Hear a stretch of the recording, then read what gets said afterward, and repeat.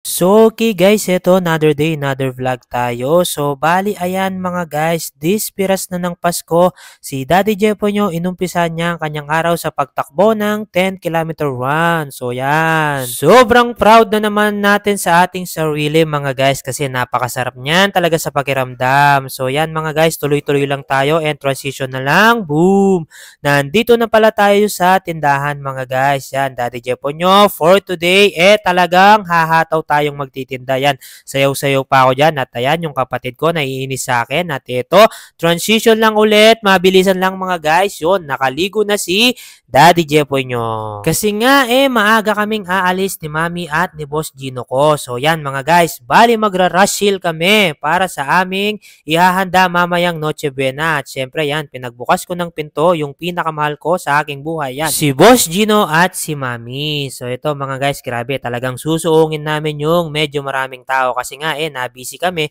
At ngayon lang talaga namin naluguran ni Mami yung aming ihahanda para mamaya. So yan, tuloy-tuloy lang kami dito mga guys. Pero syempre, i-enjoy lang namin ito mga guys kahit medyo hassle. Ang importante naman magkakasama kami. At pagpasok nga namin pala dito sa Walter Mart mga guys, yung anak ko, boom, yan, biglang tumakbo kasi nakakita na naman ng donut. Yan, batang Bavarian na yung tawag ko sa batang yan mga guys kasi sobrang favorite niya talaga yung donut. At ayun, mabilisan na lang mga guys, nandito na kami sa supermarket. Yan, si Mrs. ko talagang nabibigla sa mga presyo ng mga bilihin ngayon. Yan, sabi ko sa kanya wala na talagang mura ngayon, Mami. Lahat na talaga mahal. Parang yung pagmamahal ko sa'yo, sobrang mahal.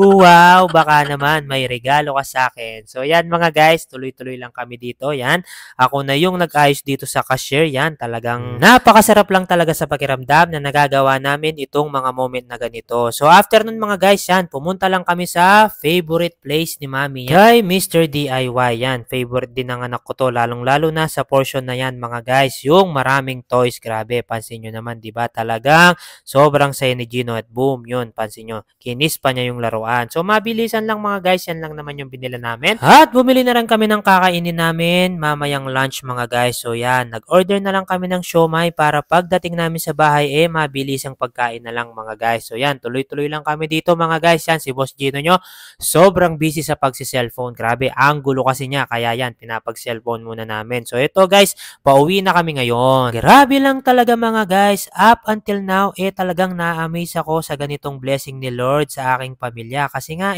sobrang dami kong time sa kanila mga guys. At syempre, dahil na rin ito siguro sa pagiging madisiplina ko rin sa aking sarili mga guys. So yan, kasi alam nyo naman, Daddy Jepo nyo mga guys, talaga namang wala tayong bisyo. Halos yung bisyo natin yon, pagja-jogging lang at pagbabasketball. So, bali yan yung nagiging resulta mga guys. Yan, nagbe-benefit ako kasi nga nagagawa namin yung gusto namin kahit papano. Walang nasasayang na patak, ika nga ni Daddy Jepoy. So, yun lamang guys. Enjoying the food lang kami. Yan, flex ko lang yung asawa ko, napakaganda. At maraming salamat. Bye-bye. Finger kay sa akin and God bless you po.